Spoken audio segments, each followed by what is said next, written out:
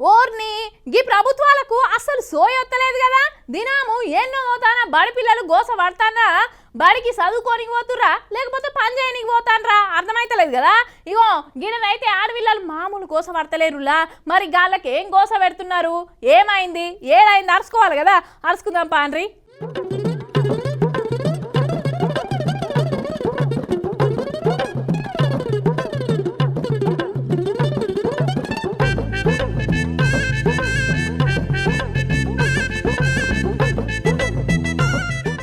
వరెవ్వ ముద్దుకున్నది పోరి సర్కార్ ఆఫీసోళ్ళ తీరు.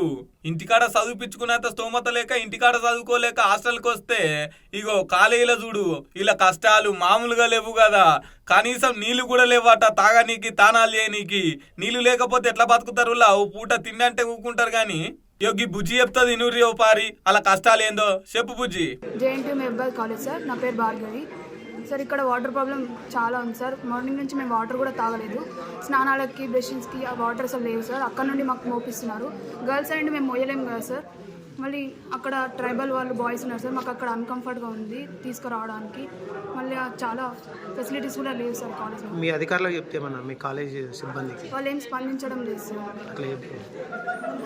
సాల్వ్ చేస్తామని చెప్తున్నారు కానీ వాళ్ళు ఏం పట్టించుకోవట్లేదు సార్. అగో ఇన్నారు కదా, తాగనీకి నీళ్ళు లేవాట తానాలు చేయనీకి నీళ్ళు లేవాట. ఇక బయటికి పోయి తెచ్చుకోవాలట. ఇక బయటికి నీళ్ళ కని పోతే ఆడ మగ పోరగాళ్ళు ఊకుంటారా? ఇగో వీళ్ళని వేధించుడు మొదలు పెట్టిరాట. ఇటు నీళ్లు లేక బయటికి పోతే వేధింపులు. ఇక ఎట్లా చేయాలని చెప్పేసి సర్కారు వాళ్ళకు ఆఫీసర్లకు సార్లకు ఫోన్ చేస్తే ఇక చేస్తాం అగ చేస్తాం అనుడే ఉంది కానీ ఇప్పటిదాకా చేసింది అయితే లేదట. అగ చూడురి ఎంత కష్టం వచ్చింది చదువుకునే పిల్లలకు. ఇంతకి ఇది ఏడైందంటారా? మహబాద్ జిల్లా జేఎన్టీయూ కాలేజీలో జరిగింది. ఇక ఈ సార్లు ఎన్నిసార్లు ఫిర్యాదు చేసినా పట్టించుకుంటలేరు అని చెప్పేసి విద్యార్థులు మొత్తం మీద అయితే ధర్నాకు దిగిరు. మా సమస్యలు పరిష్కరించాలి, మాకు నీళ్లు కావాలని చెప్పేసి. చూడురి నీళ్ల కోసం కూడా విద్యార్థులు ధర్నాలు చేసే కాడికి వచ్చిందంటే ఈ సర్కారు ఇన్నేళ్ల నుంచి ఎవరికేం చేసింది అన్నట్టు చెప్పురి.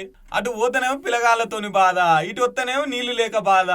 అబ్బా చిన్న తిప్పల కాదుగా. ఇక చదువు ఎట్లా చదవాలి, చదువుకొని ఎట్లా బాగుపడాలి అంటే ఇది చదువుకోకుండా ఆపే కుట్రనా ఏంది?